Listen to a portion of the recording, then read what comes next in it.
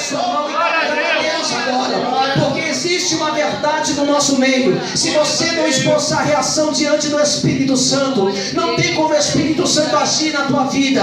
O Espírito Santo não trabalha em um coração petrificado. O Espírito Santo trabalha num coração que foi esmiuçado pela marreta da palavra de Deus e foi transformado em carne, ou seja, em um coração sensível à presença dele. E se hoje a presença dele está aqui nesta noite, então abra a sua boca mais uma vez e adore ao Senhor em espírito e verdade, porque você não saiu da sua casa nesta noite para você chegar aqui e você não sentir a presença de Deus por isso ou por aquilo, não. O Senhor te trouxe aqui, você não veio aqui com as suas próprias pernas. O Espírito Santo confundiu o teu coração, ele te atraiu até a casa que se chama pelo nome do Senhor, e quando você adentrou por estas portas, o Senhor disse: eu vou agir na vida do meu filho e da minha filha, quer o diabo ou não. Nesta noite o Senhor está pedindo: adore o meu nome. Se você está entendendo, então levanta a sua mão para adorar. E quando o Senhor Jesus, nesse finalzinho dos 40 dias, ele sobe aos céus diante dos olhos dos seus discípulos, ele via anjos, e os anjos olham para os discípulos e diz: por que vocês estão com esses olhos lagrimejando? Como se vocês estivessem órfãos. Mas não, o Senhor vos prometeu que não vos deixaria órfão, mas enviaria o Espírito Santo, porque o Senhor, antes de subir, deu uma ordem: ficai em Jerusalém até que no alto sejais revestidos de quê? Poder. Revestidos de poder. Toda igreja, revestidos de poder. Então eles saem dali com a promessa de que o mesmo Jesus que subiu vai descer. Quem aguarda a vinda do Senhor ainda? Levanta a mão. Glória a Deus. Eles vão para Jerusalém e o Senhor Jesus, 10 dias depois de sua ascensão, depois de ter entrado no céu, depois de ser coroado no céu como Rei da Glória, depois de tomar em suas mãos todo o poder no céu e na terra, e assentar-se à destra do Pai, ele derrama o seu Espírito Santo sobre a igreja. Se nós soubéssemos o valor do que é ser cheio do Espírito Santo, nesta noite nós descruzaríamos o nosso braço, nesta noite nós tiraríamos todo o cansaço, nesta noite nós venceríamos todas as barreiras e dificuldades que o Senhor, ele quer que nós vençamos, porque Satanás não quer que você sinta o poder do Espírito Santo na tua vida nesta noite. Mas acredite numa coisa: se você abrir teu coração nesta noite, Deus vai fazer uma reviravolta na tua vida. E se a tua vida está bem, vai ficar melhor. Mas se ela não está, Deus vai transformar, porque Ele é Deus. Acredite nisso. Deus, ele derrama seu Espírito Santo. O Espírito Santo enche a igreja. E o Espírito Santo, através dos primeiros apóstolos, dos primeiros discípulos, faz uma expansão da igreja. Ele expande a igreja pelo mundo antigo, até então conhecido, ou seja, Ásia, África, Europa foram os primeiros continentes a serem impactados pelo poder do Evangelho da Graça. Mas essa expansão, olhe, preste bem atenção, quem está me entendendo, diga amém. Amém. Essa expansão da igreja não foi nada fácil, meus amados. Houve um preço. Jesus pagou o preço pela nossa salvação. A salvação é de graça. O nome escrito no livro da vida é de graça. Comendo o fruto da árvore da vida que está no paraíso de Deus, como também diz o Apocalipse, é de graça. Existe um pacote da salvação que é de graça. Foi o Senhor que pagou o preço por mim e por você. Mas existe algo que não é de graça. O Senhor, ele faz e ele manda nos pagar um preço. O que é que nós precisamos pagar um preço para ter da parte de Deus? Diga comigo bem forte: unção. Para quem quer estar fraco, diga assim: unção. Quem quer unção, levanta a mão, dá um grito, diga glória a Deus. Isso nós temos que pagar um preço. E como é que nós pagamos esse preço? Andando ombro a ombro com Jesus. Neste mundo que não nos respeita, nesse mundo que não tem apreço sobre aqueles que têm fé na palavra, que têm fé na vinda do Senhor, que vai voltar. Glórias a Deus por isso. Por isso nós temos que andar na contramão. Esse é o preço: andar na contramão deste mundo que torna aquilo que é verdade em mentira, e torna aquilo que é mentira em verdade. Ou seja, o mundo que prega a inversão dos valores. A inversão dos valores que traz perseguição aos princípios e aos valores da santa, poderosa, inerrante, gloriosa palavra de Deus. Agora escute o que eu vou te dizer.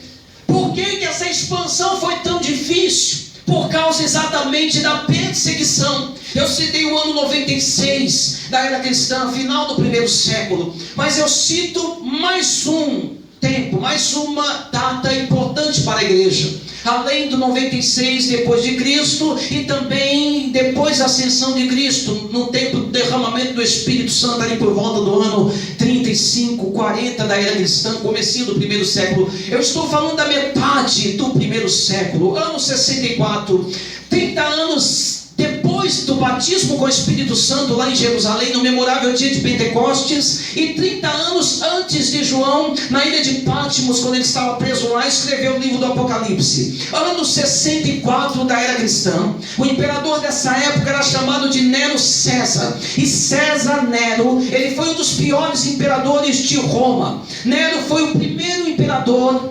a desencadear uma perseguição a nível mundial contra a igreja. 64 foi marcado como a era escura da igreja, como um tempo sombrio para a igreja de Jesus Cristo aqui na terra, porque antes de 64 a igreja era perseguida, mas em nível local. Por quê? Porque aonde a igreja chegava, o local que a igreja chegava, geralmente eram os judeus que incitavam os povos a perseguir a igreja, porque eles não acreditavam que Jesus era o Messias, era o Cristo. Então eles tinham ciúmes religioso por ver o crescimento da igreja, e eles perseguiam assim a igreja. A perseguição era localizada, mas Nero, como imperador de Roma, foi o primeiro de todos os imperadores a desencadear esta perseguição generalizada. E o que Nero tinha contra a igreja? Preste atenção.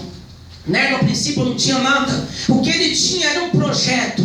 Ele tinha um projeto de construção dos palácios dourados. Esse projeto, a igreja passava longe dele. Nero não tinha nada contra a igreja nesse tempo. Ele tinha essa ambição de construir esses palácios dourados, mas ele queria construir esses palácios dourados em uma área da cidade imperial de Roma que já estava habitada por casas populares, pelos chamados cortiços. Milhares de pessoas moravam naquela região. Eram 14 quarteirões, pastor, de cortiços. Eram pessoas simples que moravam lá, artesãos, ferreiros, pessoas do povão mesmo. Mas Nero, ele queria construir os seus palácios dourados ali, naquela área. E vendo que não podia arrancar aquelas pessoas de lá, vendo que não podia tirá-los de lá, derrubar aquelas casas populares, aqueles cortiços, ele tenta algo maligno. Ele manda os seus capatazes atear fogo naqueles quarteirões, naqueles 14 quarteirões de cortiços, na calada da noite, e isso acontece. O incêndio começa a devastar aqueles 14 quarteirões, e a história diz que dos 14 quarteirões, 10 foram completamente destruídos pelas chamas. Crianças, velhos, homens, mulheres, pessoas de todos os tipos ali morrem, se não queimada pelas chamas, morrem asfixiados pela fumaça. Foi uma tragédia terrível, uma tragédia que não se dá para mencionar. A perda e as dores daqueles que ficaram perdendo seus entes queridos, seus amigos, foi um sofrimento para Roma, ver aquele incêndio criminoso. E esse imperador era tão ruim, tão possesso de demônios, que quando aquelas pessoas morriam naquela tragédia sem tamanho, a história nos diz que ele estava no seu palácio, dedilhando a sua harpa e cantando músicas profanas, como se nada tivesse acontecido. E o que acontece depois das chamas? Quando as chamas elas cessam desse incêndio criminoso de Nero, aqueles senadores daquela antiga república, daquela antiga democracia romana e antiga, eles começam a suspeitar que Nero tinha sido mandante daquele crime. Mas Nero, para se safar daquela situação, busca um bode expiatório. E quem eles encontram no caminho? Quem Nero encontra no caminho? A igreja. Um povo pacífico, um povo bondoso, um povo incapaz de fazer mal a uma mosca, um povo que pregava o amor, pregava a paz, pregava a harmonia entre os homens, um povo que pregava o príncipe da paz, que era Jesus Cristo, o Filho de Deus, um povo que pregava a salvação. Era um povo ordeiro, era um povo que tinha no seu coração mel, era um povo afável. Ele viu na bondade do povo, aquele povo que ele precisava para investir contra, e ele começa a colocar a culpa sobre a igreja. Ele sobe na tribuna de Roma e diz: quem tocou fogo em Roma foram os os cristãos, eles precisam ser perseguidos, eles precisam ser destruídos, e eu vou destruí-los até o fim da minha vida. Eu vou persegui-los, eu prometo isso a vocês. Fingidamente e falsamente, Nero desce da tribuna e começa a perseguir duramente os crentes, numa perseguição generalizada por todas as províncias do Império Romano. E quando isso acontece, a igreja sofre a sua pior perseguição de todas. É nesse tempo que o apóstolo Paulo morre. Nero o sentencia à morte por decapitação. O imperador louco chamado Nero manda arrancar a cabeça do apóstolo mais missionário de Cristo na terra. O apóstolo dos gentios morre neste tempo. Em 64 é o tempo em que Pedro, o primeiro pastor presidente da igreja de Cristo aqui na terra, morre crucificado. Nero manda crucificar Pedro, e Pedro, diz a tradição da igreja, que humildemente pede para ser crucificado de cabeça para baixo, porque não se achava digno de ser crucificado como o Senhor Jesus. Uma humildade linda de Pedro. Neste tempo, muitos dos nossos irmãos são mortos das formas mais cruéis que nós podemos imaginar. A história diz, pastor, que Nero, ele tinha um jardim, e esse jardim era aberto de dia, mas ele nunca tinha visto o seu jardim de noite. Então ele manda colocar estacas no jardim, e ele manda prender os cristãos e amarrar esses cristãos na estaca que ele mandou colocar no meio do seu jardim. Manda passar piche, diz Nero, passa piche nesses cristãos e taca fogo neles, porque eu quero ver o meu jardim de noite ardendo pela chama dos cristãos que estão na estaca. Ele começou a inventar tipos de morte para os cristãos e fazer desses tipos de morte o entretenimento para aquele povo de Roma, que era um povo acostumado com violência, era um povo acostumado com sangue derramado. Eles gostavam de ver como esporte aqueles gladiadores, aqueles assassinos profissionais se degladiando, se matando pela espada dentro daquelas grandes arenas. Ele colocou homens dentro das arenas, mulheres, crianças dentro das arenas para serem mortos pelos gladiadores naquele tempo, e colocou famílias inteiras também para serem comidas por feras como leões, feras como tigres, como leopardos. Foi um tempo escuro para a igreja, mas apesar de tanta crueldade, apesar de tanto sangue derramado dos nossos irmãos da igreja primitiva, a igreja de Jesus Cristo não se intimidou, a igreja de Jesus Cristo não se acovardou. Meus amados, o que aconteceu foi que o povo de Deus se levantou como um exército poderoso e se colocou em ordem de batalha, armados até os dentes. Quem está me ouvindo, diga amém. Até os dentes. Mas que tipo de armas eles tinham? A palavra de Deus nos diz que as armas da nossa milícia não são deste mundo. É nessas armas que eles estavam colocando no seu corpo, colocando na sua cabeça, colocando no seu coração. Dos pés à cabeça eles estavam armados com as armas da luz, com as armas do céu, que são poderosas em Deus. Que tipo de armas são estas? São as mesmas armas que nesta noite Deus te trouxe aqui para te revestir dos pés à cabeça. Enquanto Deus quer te revestir aqui, eu creio que você vai ser revestido nesta noite. Quem tem levantado, eu peço para que neste momento você se coloque com as suas mãos levantadas, porque Deus nesta noite quer confirmar essas poderosas armaduras sobre a tua vida. Enquanto Deus está me usando nesta noite para te revestir das armaduras poderosas, vai abrindo a tua boca e dando glória, vai abrindo a tua boca e dando aleluia, vai falando em línguas estranhas, porque o Senhor quer te revestir. Então vai, Satanás vai ter que se cuidar nesta noite, porque Deus está confirmando armaduras poderosas sobre a sua vida. Capacete da salvação, couraça da justiça, cinturão da verdade, sapato de zelo para anunciar o evangelho da paz. Deus está colocando nos seus braços o escudo da fé, para apagar todo o dardo inflamado do maligno e toda a seta satânica. E só quem é soldado de Cristo veste a sua mão neste momento. Deus está falando que Ele está dando habilidade, te habilitando a espada do Espírito, que é a palavra poderosa de Deus. Deus está te habilitando e te dando habilidade para abrir a tua boca e pregar o evangelho da graça, pregar a palavra de Deus. Enquanto você pregar a palavra de Deus, Satanás vai ter que recuar. E para você me ajudar nesta noite a vencer essa batalha espiritual, levanta a sua mão, soldado, agora e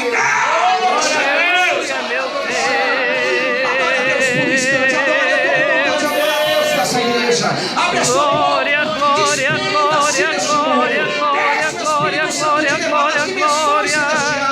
deixa Deus neste momento de desprender de tudo deste mundo.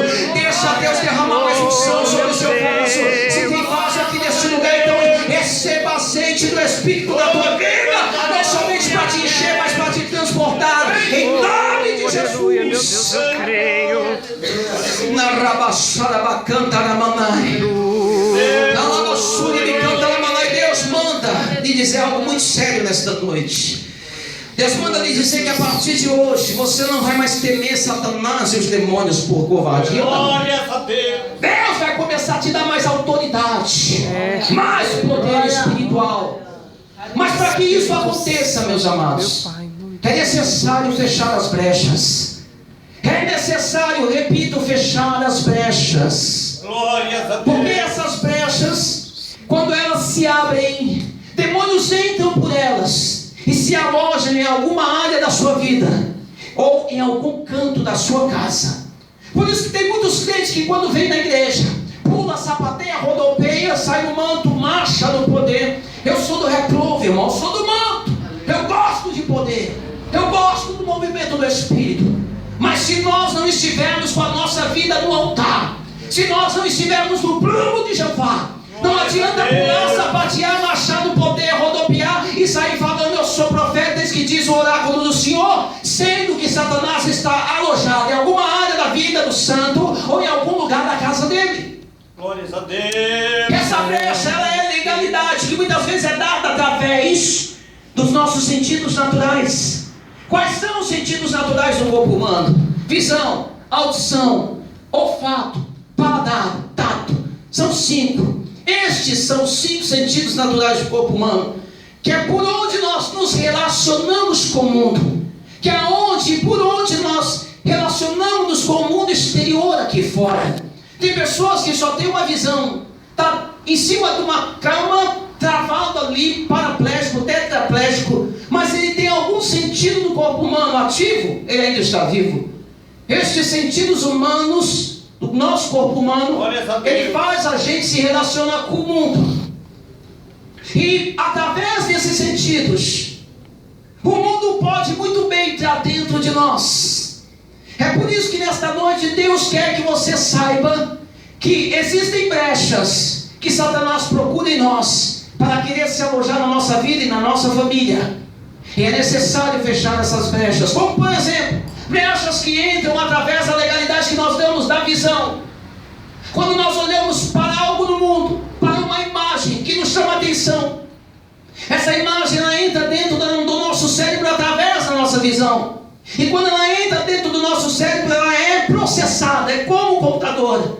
Mas o computador humano, ela é processada, e sendo processada, ela acaba sendo anexada, arquivada na nossa mente. Se essa imagem for satânica, se essa imagem for demoníaca, o que ela vai provocar na nossa mente? Porque anexada e arquivada na nossa mente, ela vai produzir um efeito. E sendo ela satânica, sendo ela demoníaca, ela vai destruir tudo que é de Deus aqui dentro da nossa mente. Por isso que tem pessoas que quando chegam num culto como esse, não tem vontade da glória a Deus, não tem vontade da aleluia, não fala em língua estranha. E quando alguém cobra isso em cima de púlpito, não a pessoa, mas o Espírito Santo dizendo, eu quero ter liberdade.